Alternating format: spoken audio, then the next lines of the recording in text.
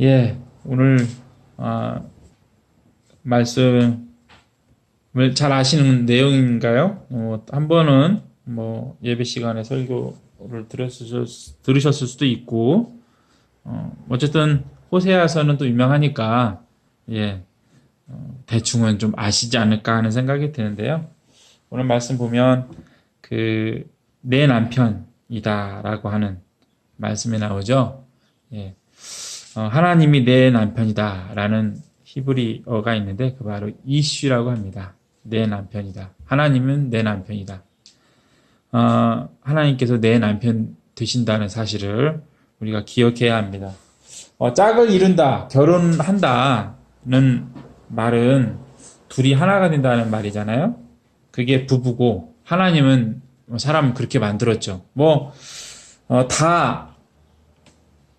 결혼해서 사는 것은 또 아니어서 혼자 사는 게 또 하나님 앞에 불법은 아니죠. 사도 바울은 고린도전서 7장 7절에서 나는 모든 사람이 나와 같기를 원하노라. 그러나 각각 하나님께 받은 자기의 은사가 있으니 이 사람은 이러하고 저 사람은 저러하니라 라고 말하므로 혼자 사는 것이 하나님의 은사라는 말을 했습니다. 하지만 보통은 두 사람이 짝을 이루죠. 그렇죠? 그것이 보통의 모습입니다.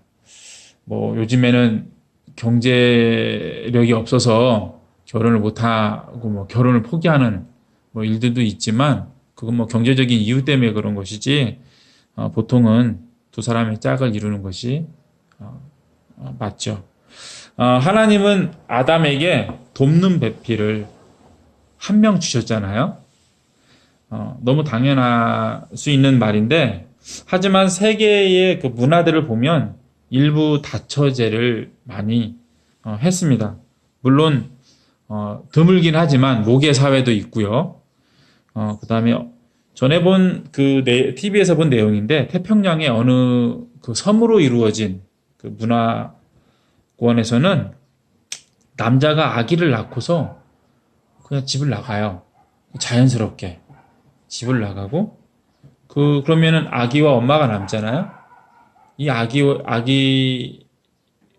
그 엄마가 다른 남자와 자연스럽게 살아요.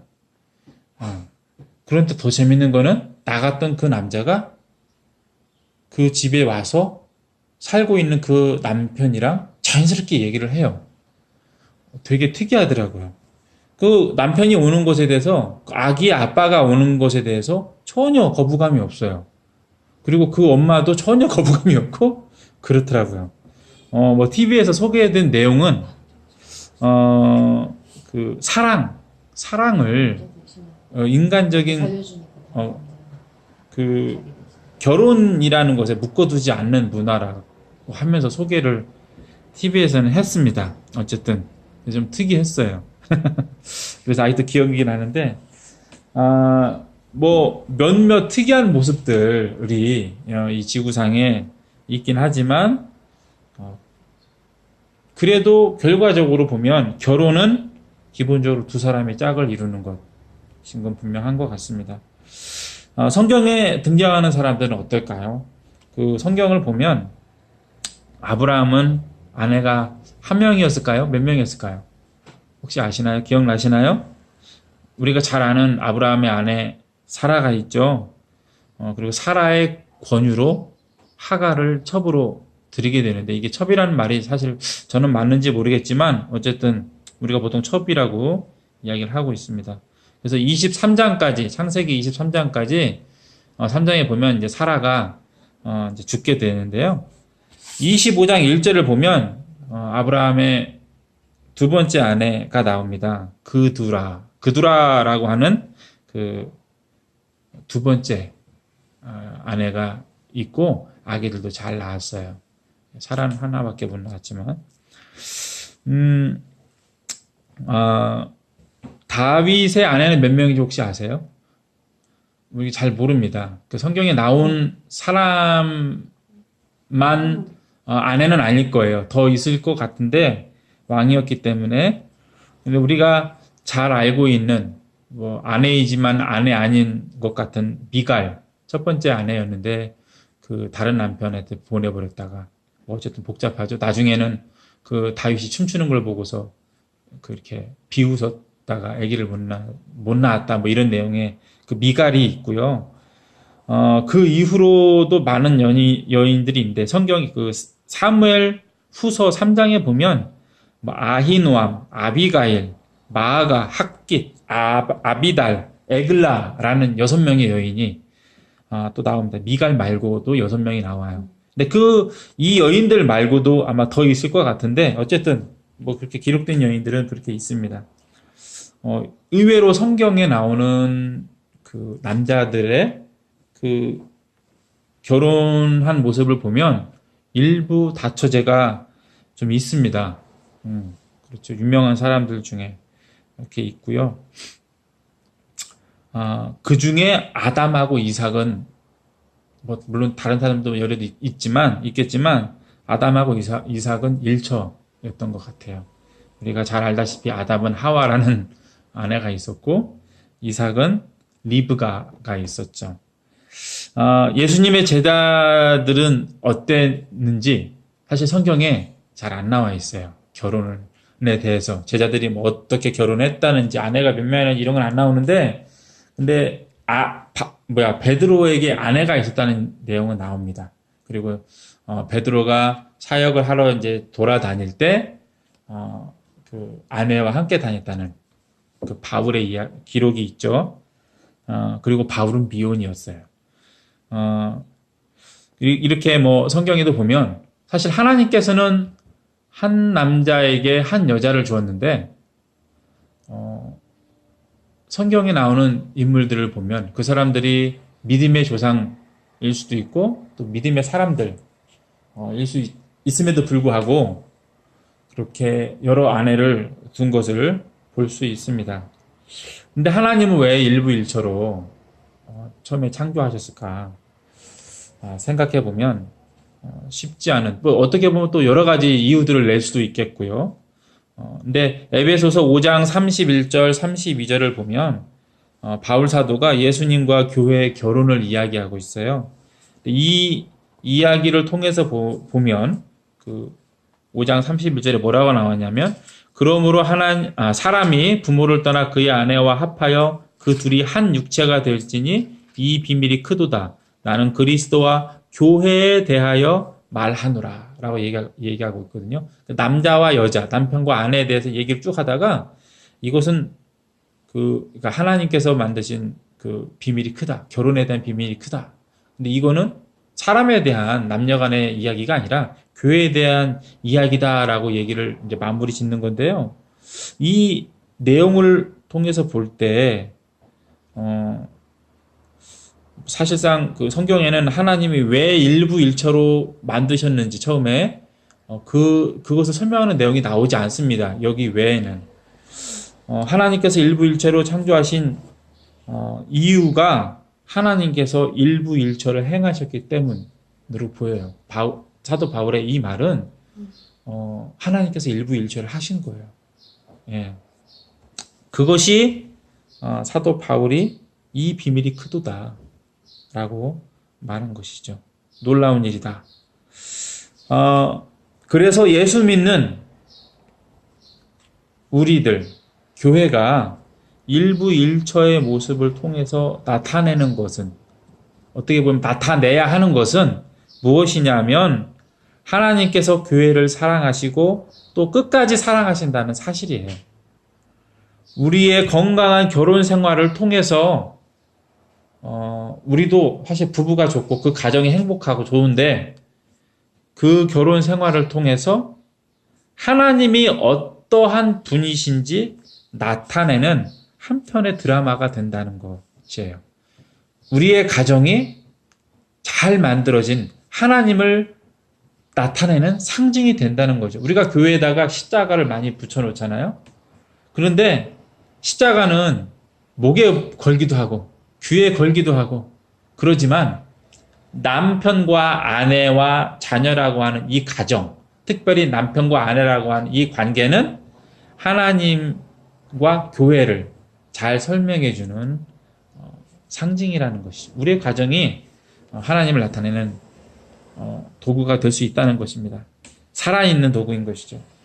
그래서 바울이 에베소서 5장 21절에서 그리스도를 경외함으로 피차 복종하라 라고 말을 하면서 뭐라고 말을 하냐면 아내들이여 자기 남편에게 복종하기를 주께 하듯 하라.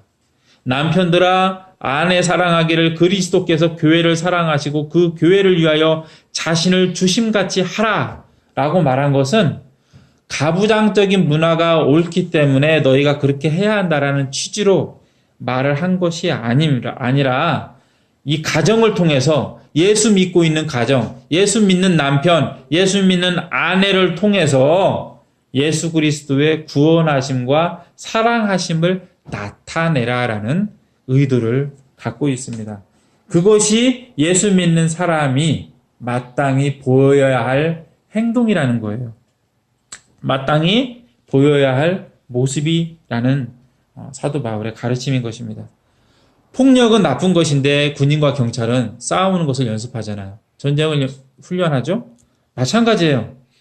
교회이기 때문에 내가 예수님 믿는 사람이기 때문에 우리 가정이 예수 믿는 가정이기 때문에 우리가 세상 사람들은 하지 않는 사랑하는 것은 당연히 나쁜 것이 아니죠. 폭력은 나쁜 것이지만 사랑하는 것, 서로 사랑하는 것, 서로 피차에 복종하는 것 이것은 나쁜 게 아니잖아요.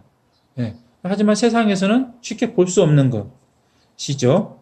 우리는 서로 피차에 복종하는 것, 서로 사랑하는 것을 통해서 하나님을, 복음을 나타내야 하는 것입니다. 너는 왜 그렇게 공처가로 사느냐? 어떤 사람이 물어본다면 내가 공처가가 아니라 애처가다. 예수님이 우리를 그렇게 사랑하셨어. 라고 말하는 남편이 되어야 되는 거예요. 아니 어떻게 남편한테 그렇게까지 하냐고.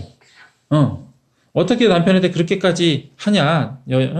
당신은 자존심도 없냐. 그렇게 어느 그 부인한테 누가 말을 한다면 같은 여자로서 좀 자존심 좀 세우라고 말을 한다면 그냥 그게 우리 가정의 평화를 위해서 좋다라고 하는 어떤 그러한 설명이 아니라 예수님께서 우리를 그렇게 사랑하셨다. 내가 그 사랑을 우리 남편한테 표현하는 것이다. 그렇게 우리가 말을 할 수 있어야 된다는 것이죠. 그 마음을 가지고 그 사랑의 마음을 우리가 갖고 있어야 된다는 것입니다. 이러한 행동, 이러한 말을 통해서 복음을 우리가 전파해야 되는데 아직 부족하죠. 예. 전도지로는 사실 전도가 안 돼요. 왜요? 이미 알고 있어요. 전도지를 밖에서 주면 사람들이 압니다. 마음으로 다 알고 있어요.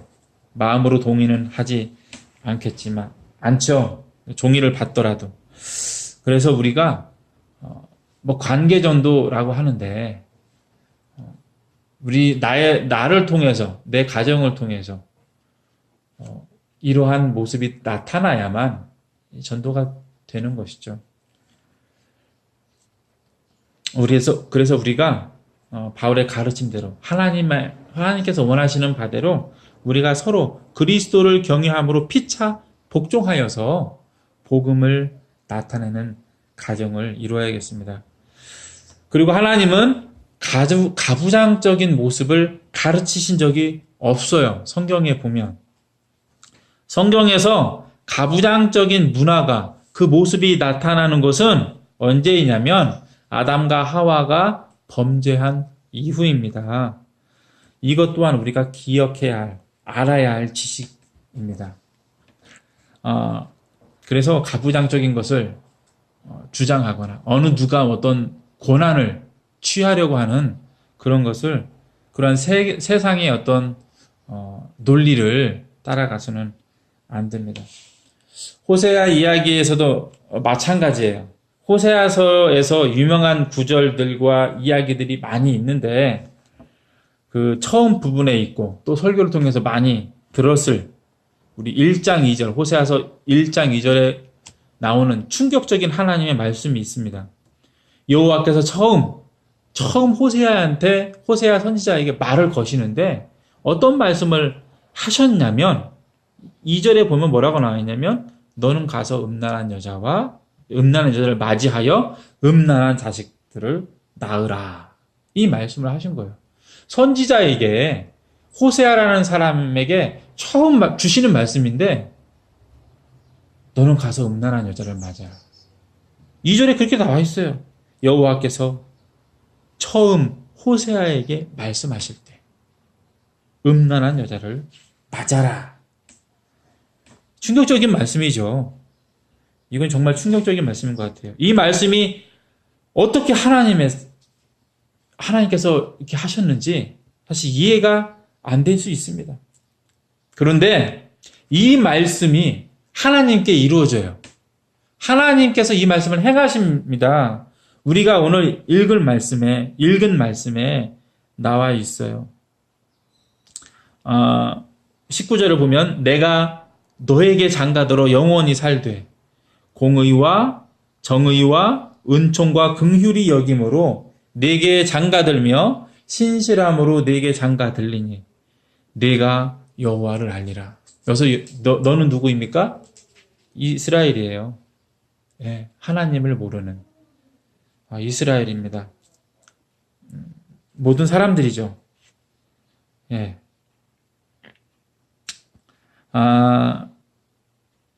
호세아에게 처음 주셨던 그 충격적인 말씀, 음란한 여자와 결혼하라고 하는 그 말씀은 사실 하나님께서 하실 일이었어요.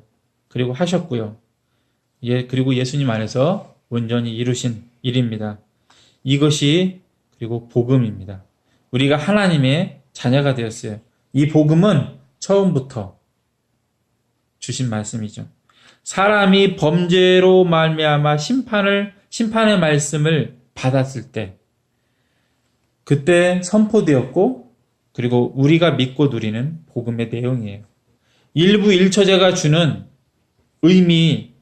다른 의미는 또 뭐가 있을까?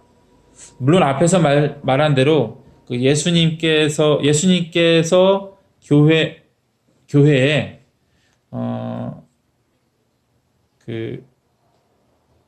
단 한 분의 신랑이 되신다. 예수님과 교회가 밖에 없다. 예수님께서는 다른 신부를 두신 적이 없다. 교회라고 하는 신부를 두신 적이 없다라고 하는 내용도 있지만 다르게 생각해 보면 다른 아빠가 없다. 다른 엄마가 없다라는 의미도 됩니다. 성자 하나님 외에 다른 아빠가 없다. 성자 하나님 외에 다른 구원자가 없다는 말이에요. 또 교회 외에 다른 엄마가 없다. 예수를 믿어 구원받은 교회 외에 다른 방법으로 구원받은 자들이 없다라는 말입니다. 그런데 알고 보니 거룩한 하나님의 가정에서 교회라는 이 엄마는 거룩하게 된 엄마죠. 모든 사람이 범죄했기 때문이죠. 호세아서가 이 사실을 잘 보여주고 있습니다. 우리는 교회가 거룩하게 된 자들임을 기억하고 있어야 돼요. 왜냐하면 거룩하게 된 교회라는 이 사실이 하나님이 어떤 분이심을 나타내 주기 때문입니다. 하나님께서 보여주신 남편의 모습은 무언가요? 이 호세아서를 통해서 우리에게 보여주시는 남편, 하나님이라는 남편은 어떤 분입니까? 그것은 성자 하나님의 구원하심이고 고멜과 같은 교회와 결혼하심으로 책임지시고 이끄시는 남편의 모습입니다. 억압하고 폭력을 휘두르는 가부장이 아닌 구원하시고 보살피시며 사랑하시는 남편이신 것입니다. 오늘 16절에 내가 나를 내 남편이라 일컫고 다시는 내 바알이라, 이 내 바알이라는 말은 주라는 말이거든요. 내 주라, 내 주인이라 일컫지 아니하리라는 말씀의 의미인 것이죠. 하나님은 나를 억압하는 주인의 모습이 아니라 나를 사랑하는 남편이라는 말씀이에요. 우리의 남편 되신 예수님은 우리의 삶을 책임지시는, 구원하신, 우리를 잃지 않으신 하나님이십니다. 그런데 우리에게는 내 남편, 이라고 착각하는 것들이 있습니다. 고멜처럼 돈, 세상의 안녕, 풍족함 등을 내 남편으로 오해하고 짝사랑합니다. 하지만 그것들은 우리를 사랑해주지 않아요. 그게 문제예요. 예. 귀신이 무당을 이용하고 나중에 무당의 인생이 씁쓸해지는 것처럼 그거 똑같은 거예요. 우리가 사랑할 수 있는, 사랑하게 되는 세상의 것들은 우리를 하나님처럼 사랑해 주지 않습니다. 그것들을 사랑하면 사랑할수록 망신창이가 되어간 고멜처럼 되고 맙니다. 우리를 살리신 분은 오직 하나님 뿐이심을 우리가 기억해야 합니다. 눈먼 사랑에 빠진 고멜은 남편이 준 것을 탕진만 했어요. 2장 8절의 말씀을 보면 곡식과 새 포도주와 기름은 내가 그에게 준 것이요 그들이 바알을 위하여 쓴 은과 금도 내가 그에게 더하여 준 것이거늘 그가 알지 못하도다라고 기록되어 있습니다. 꼬시려고 어떻게 좀 잘해보려고 탕진했던 그 소중한 것들이 하나님의 선물이었던 거예요. 그 소중한 선물을 소중한 줄 모르는 것이죠. 우리도 마찬가지예요. 우리가 눈먼 사랑에 탕진하고 있는 것은 무엇이냐 생각해보면 우리의 시간이고 우리의 건강이고 우리의 노력들입니다. 결국 우리의 인생이고 우리 자신이에요. 우리는 우리의 인생을 가치 있게 쓰는 지혜로운 사람이 되어야겠습니다. 7절 말씀을 보면 그때의 내 형편이 지금보다 나았음이라 라고 고멜이 말하고 있습니다. 근데 이 말은 누가복음 15장에서 탕자가 내 아버지에게는 양식이 풍족한 품꾼이 얼마나 많은가 나는 여기에서 줄여 죽는구나 라고 한 말과 맥락이 같아요. 두 사람 다 좋은 것으로 알지 못했어요. 소중한 것을 소중한 줄 모르고 헌식 친짝처럼 버린 거예요. 그리고 나온 거예요. 관계를 끊었어요. 딴 곳으로 갔어요. 다른 것을 사랑했습니다. 후회하는 건 뭐예요? 그게 좋았구나. 하나님이 좋았구나. 내 아버지가 좋았구나. 내 남편이 좋았구나. 이 사실이었습니다. 어리석은 사람, 인생을 낭비하는 어리석은 이 고멜과 같은 탕자와 같은 사람들, 더 이상 우리가 그러한 삶을 살아서는 안 되겠습니다. 우리는 이 믿음에서 떠나지 않고 오히려 이 믿음에 더 세워지고 더 자라는, 그래서 지혜로운 믿음의 자녀들이 되어야 됩니다. 하나님은 우리를 구원하시고 책임지신 분이십니다. 하나님만이 우리의 남편, 하나님만이 우리를 사랑하시는 분이시기 때문에, 그렇기 때문에 우리는 하나님만을 사랑하고 예배해야겠습니다. 기도하시겠습니다.